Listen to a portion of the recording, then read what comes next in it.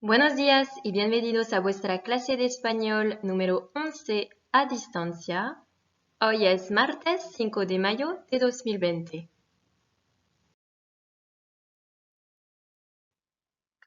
Pues espero que hayáis pasado buenas vacaciones a pesar de la cuarentena y primero vamos a volver a los deberes que teníais que hacer para hoy.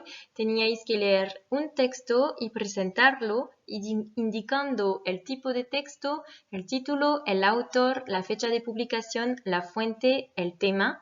Primero vamos a leer este texto, pero antes teníais que hacer un paréntesis, donc petite parenthèse. Je vous signale qu'à ce jour, il me manque encore 6 copies sur le travail concernant la tortilla. Au bout de 3 semaines, c'est franchement inadmissible. Donc, je suis au regret d'annoncer à ceux qui ont fait leur travail qu'il va falloir que vous patientez. En tout cas, bon, vous avez dû voir votre note sur Pronote. À l'heure actuelle, ceux qui ne m'ont rien rendu, vous avez non rendu comptant comme 0 dans la moyenne. Donc, je vous préviens, si d'ici la fin de semaine, c'est-à-dire si d'ici le 11 mai, je n'ai pas la copie sur la tortilla, donc même on va dire le 10 mai, parce que moi le 11, je vais expédier les autres copies. Donc si d'ici le 10 mai, je n'ai pas votre copie sur le travail de la tortilla, sachez que le 0 sera maintenu dans la moyenne. À un moment donné, moi, je peux pas attendre indéfiniment, je suis pas correctrice à la demande, donc il faut aussi que vous rattrapiez votre retard et que vous envoyiez. Il me semble que, bon, au bout d'un mois quasiment que le travail était donné, vous aviez largement le temps de le faire. Donc voilà. Donc à partir du 11 mai, moi, j'expédie les copies corrigées à chacun d'entre vous. Donc vous aurez votre copie et je publierai sur le blog la correction. Voilà. Donc j'attends les dernières copies. Je compte sur vous. Empezamos primero con la lectura del texto.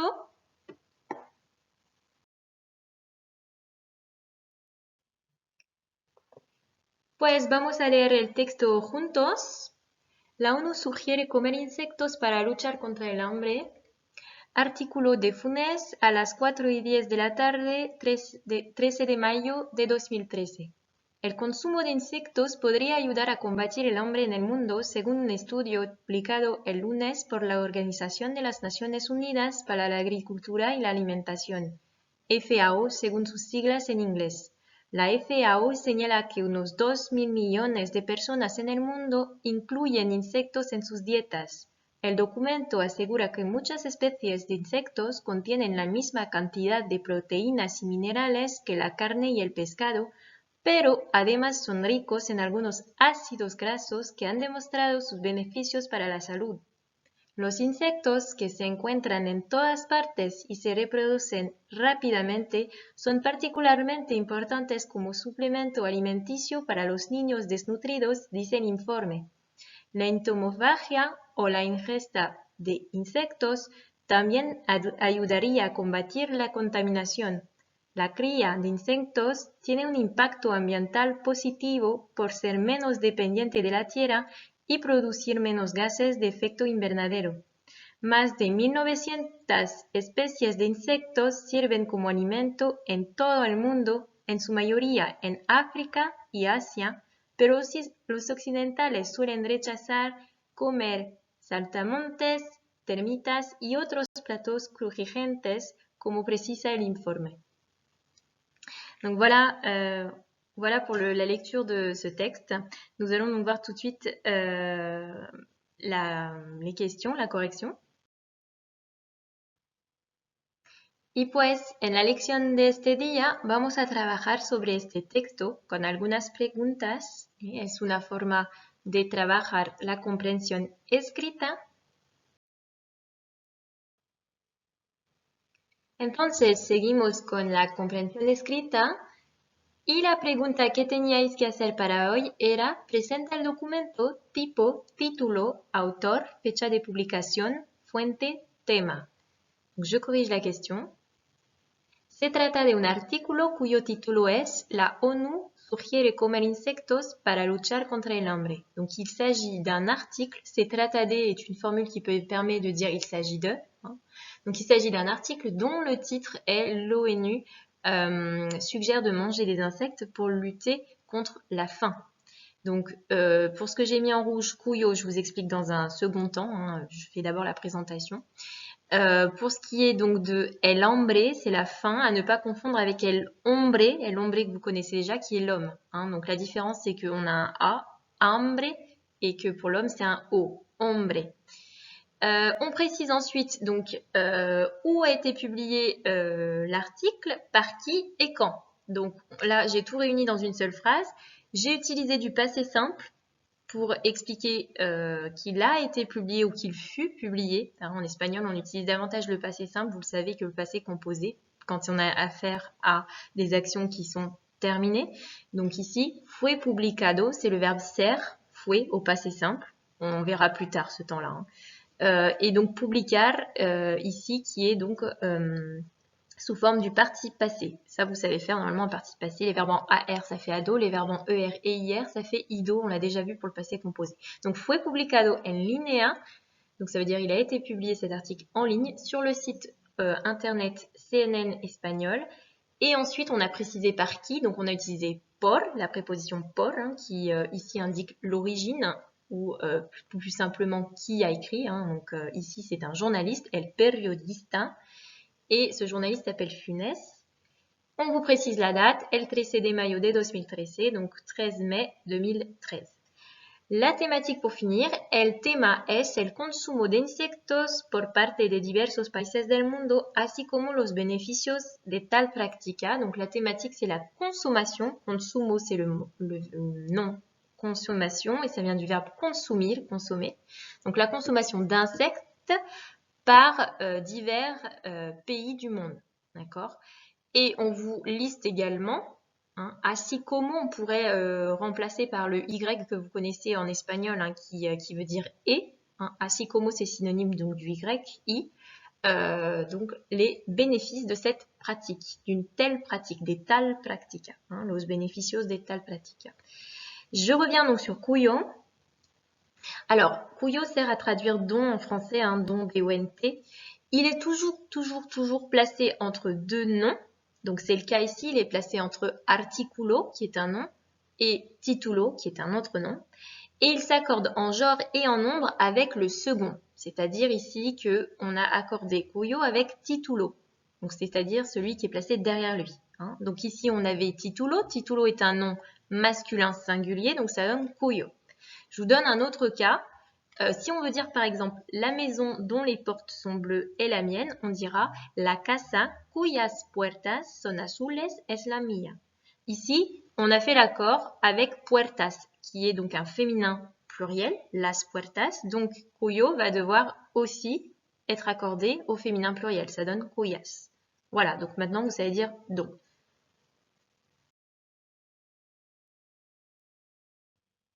Alors, pour continuer sur ce texte, je vais vous poser quelques questions de compréhension. Hein, donc, c'est assez rapidement fait. Je vais vous laisser les faire en autonomie. Donc, vous pourrez faire pause, les faire de votre côté, puis ensuite regarder la correction.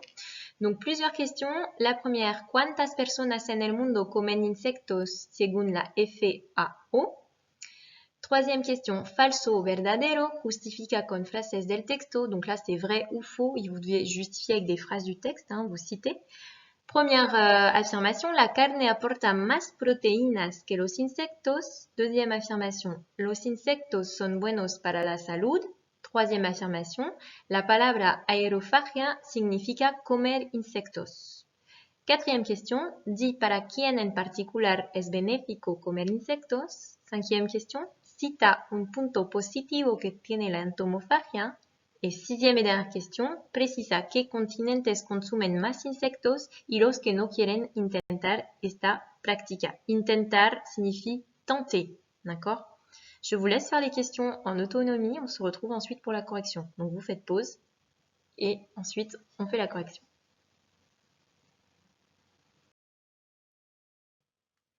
Pues ahora es el momento de hacer la corrección.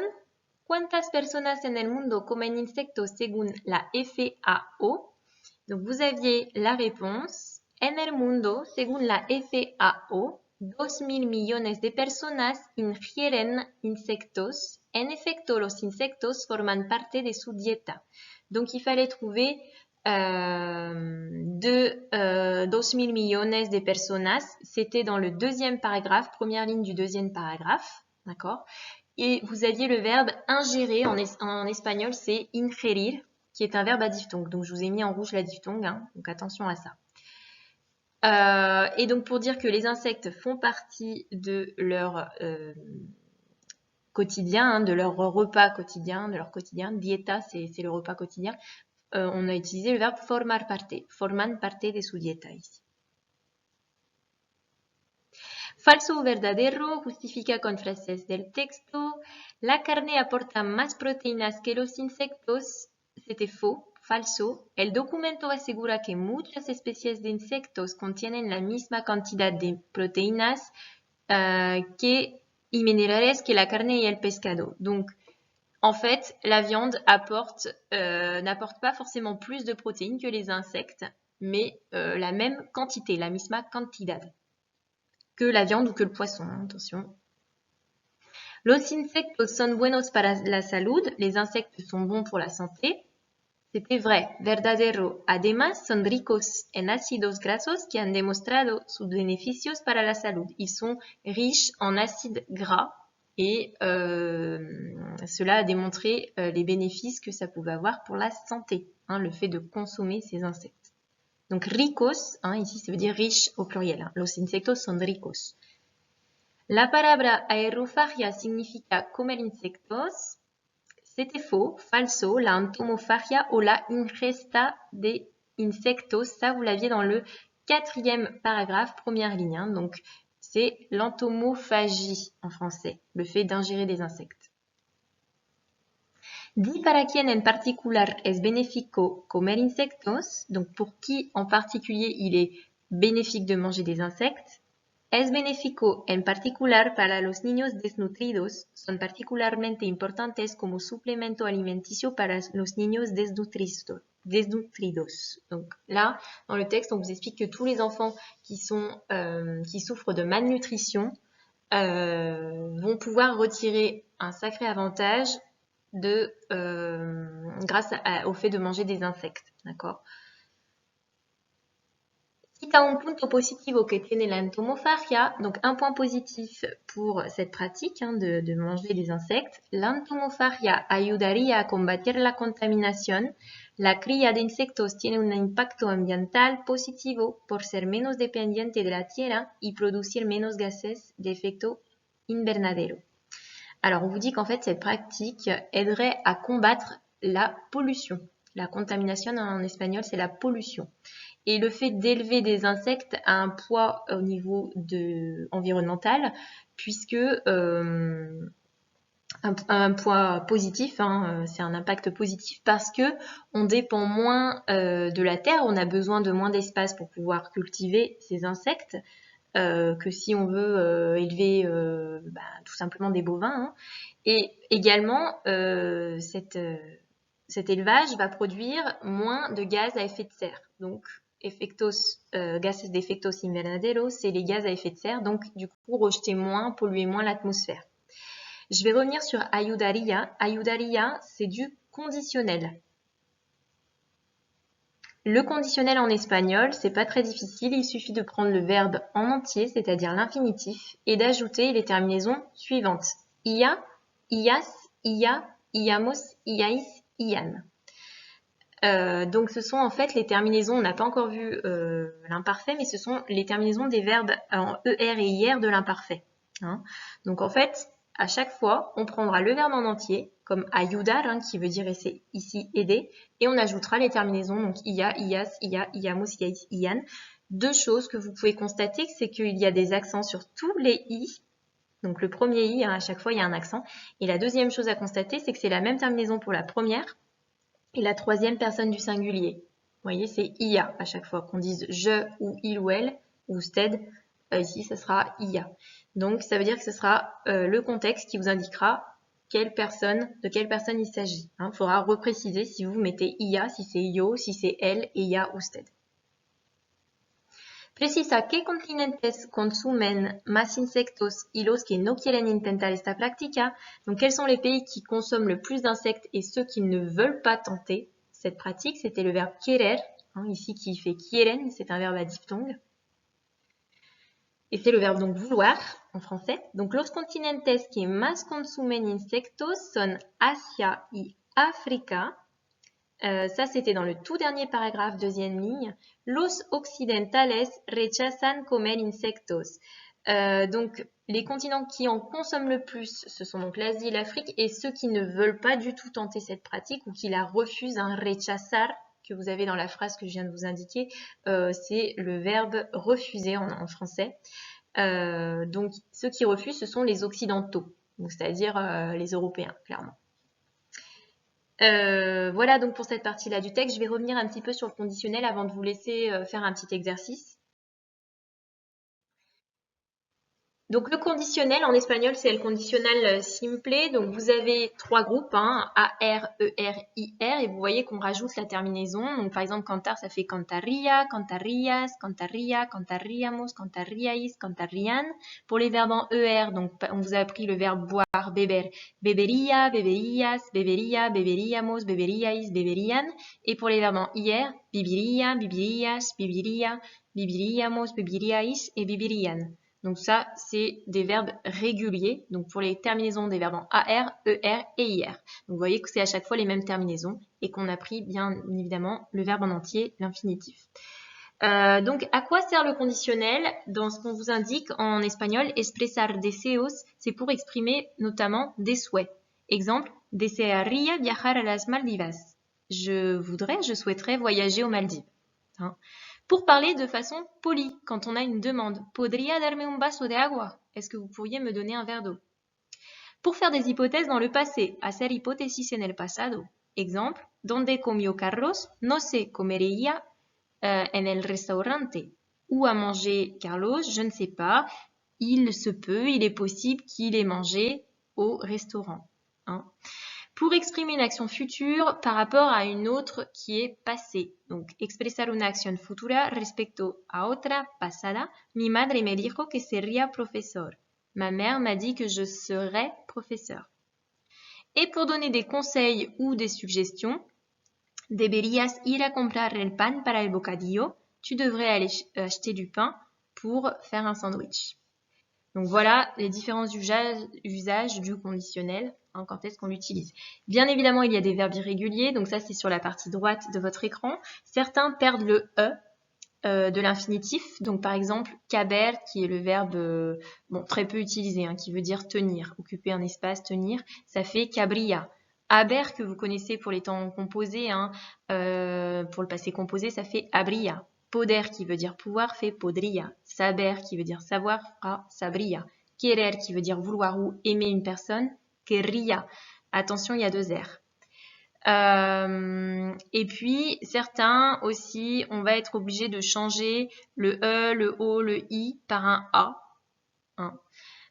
Donc par exemple, venir qui veut dire venir fera vendría, salir fera saldría, poner fera pondría, tener fera tendría, valer qui veut dire valoir fera valdría. Donc en fait, ils perdent une partie, si vous voulez, de leur terminaison à l'infinitif. Et on va remplacer par un D. Donc en fait, c'est vraiment le radical qui va être irrégulier. Mais une fois que vous savez qu'il y a le radical qui est irrégulier, que vous savez que venir, ça fait vendre, et ben pour toutes les autres terminaisons, on va garder ce radical. Donc ça ferait vendría, vendrías, vendría, vendríamos, vendríais, vendrían. Ça ne change rien à la terminaison. Et puis il y en a d'autres qui sont vraiment totalement irréguliers, comme le verbe destir qui fera diría. Et le verbe aster qui fera arria, etc. Ça marche aussi arrias, etc. Voilà, je vous laisse faire un petit exercice pour voir si vous avez compris. Donc dans cet exercice, on vous demande de conjuguer les verbes au conditionnel.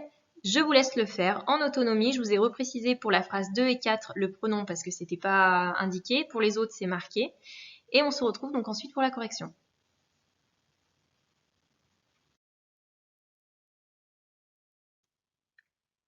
Corrección del ejercicio. Primera frase. Yo cantaría mejor si no me doliera la garganta. Donc dans cette phrase, vous aviez le verbe chanter qui est un verbe régulier, ça fait cantaría au conditionnel. Et la phrase signifie « je chanterais mieux si je n'avais pas mal à la gorge ». Peut-être que vous avez reconnu le verbe doler. doler, on dit au présent a mí me duele la garganta, j'ai mal à la gorge.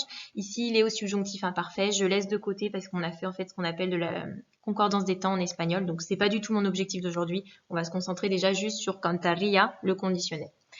Deuxième phrase, si supiera nadar, no se habría ahogado. S'il avait su nager, il ne se saurait pas noyer. Ici, c'est le verbe haber conditionnel. Donc, habría. Me dijo que no, le sujet était elle, saldría nunca más conmigo. Il m'a dit qu'il ne sortirait plus jamais avec moi. C'est le verbe salir. Attention, c'est un irrégulier, saldría. Ici, c'était également pour la phrase 4 le sujet elle. Preconizó que el año 2012 sería el fin del mundo. Il a envisagé que l'année 2012 serait la fin du monde. Preconizó, ici avec l'accent sur le O, c'est du passé simple. Je laisse de côté, on n'a pas vu non plus. Moi, je voulais juste que vous me trouviez sería. Ella dormir, ça donnait ella dormiría más y mejor en una cama confortable. Elle dormirait plus et mieux dans un lit confortable. Verbe régulier, donc dormiría. Juanillo, donc là, Juanillo, c'était comme si on avait nosotros. Poder, ça donnait podríamos jugar con vosotros. Nous pourrions jouer avec vous. Podríamos. El parte meteorológico afirmó que haría mal tiempo en el oeste. Donc là, c'est le météorologiste a affirmé qu'il ferait mauvais temps à l'ouest. Hacer, attention, il est régulier. Haría. Yo en tu lugar, moi à ta place. Donc c'est yo le sujet ici. Attention, verbe irrégulier, poner, pondría más cuadros en tu casa. Je mettrai plus de tableaux dans ta maison. Moi à ta place, c'est ce qu'on est en train d'expliquer. Donc pondría. Me aseguraron que ellos traerían un presente. Ils m'ont assuré qu'ils apporteraient, traer c'est apporter, un cadeau. Un presente, un cadeau, dans ce sens-là. Et je précise que c'est pas parce qu'on a mais devant qu'on fait l'accord. Ici, le sujet, c'est bien eux. Ils ont assuré à moi, en fait. Donc ici, c'est bien ellos qui font l'action de assurer et de apporter également. Me prometisteis que me... Et là, c'était vosotros le sujet. Mandaríais una postal desde España. Même principe, c'est pas parce que j'ai mais devant le verbe qu'on fait l'accord avec mais. Ici, si on réfléchit, le sujet c'est vous. Vous m'avez promis, vosotros prometisteis. Ici, c'est du passé simple, comme aseguraron tout à l'heure, c'était du passé simple. Vous m'avez assuré que vous m'enverriez une carte postale de l'Espagne, depuis l'Espagne. Desde, c'est depuis, c'est-à-dire ici, on indique le lieu depuis lequel provient la carte. Voilà.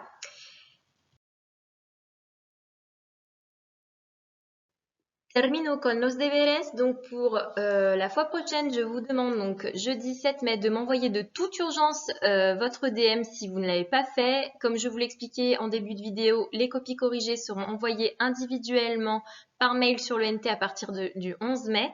Et tout DM donc rendu après cette date ne sera plus accepté. Je maintiendrai donc le 0 tel qu'il est dans la moyenne pour ceux qui n'ont rien rendu.